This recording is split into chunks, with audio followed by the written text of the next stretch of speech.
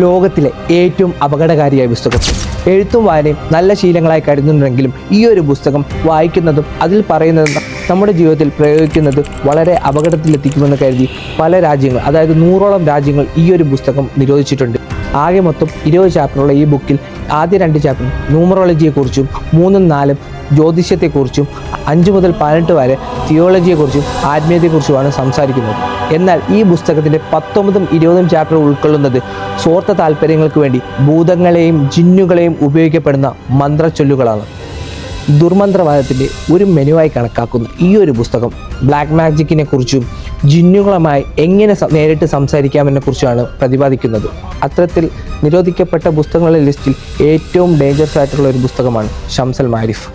13ാം നൂറ്റാണ്ടിൽ അഹ്മദ് അൽ ബൂനി എന്ന വ്യക്തിയാണ് ഷംസ് അൽ മാരിഫ് എന്ന പുസ്തകം എഴുതിയത്. പ്രാചീന കാലത്ത് നിലനിന്നിരുന്ന കുറിപ്പടികൾ ക്രോഡീകരിക്കുക എന്ന ലക്ഷ്യത്തിലായിരുന്നു ഈ പുസ്തകം എഴുതി തുടങ്ങിയത്.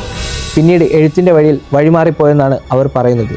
പക്ഷേ ആധുനിക കാലത്ത് കുറുക്ക് വഴിയിലൂടെ മാത്രം കാര്യങ്ങൾ സാധിക്കുന്ന മനുഷ്യൻ്റെ മനോഭാവത്തെ ചൂഷണം ചെയ്യുമെന്ന് കരുതിക്കൊണ്ട് പല രാജ്യങ്ങളും ഷംസ് അൽ മാരിഫ് എന്ന പുസ്തകം ബാൻ ചെയ്തത്. ഇതുപോലെ നിരോധിക്കപ്പെട്ട പുസ്തകം നിങ്ങൾക്ക് ഏതെങ്കിലും അറിയാമെങ്കിൽ കമൻറ്റ് ചെയ്യുക. അതുപോലെ ഇങ്ങനെയുള്ള ഇൻഫർമേഷൻ വീഡിയോസിനായി എൻ്റെ അക്കൗണ്ട് ഫോളോ ചെയ്യുക.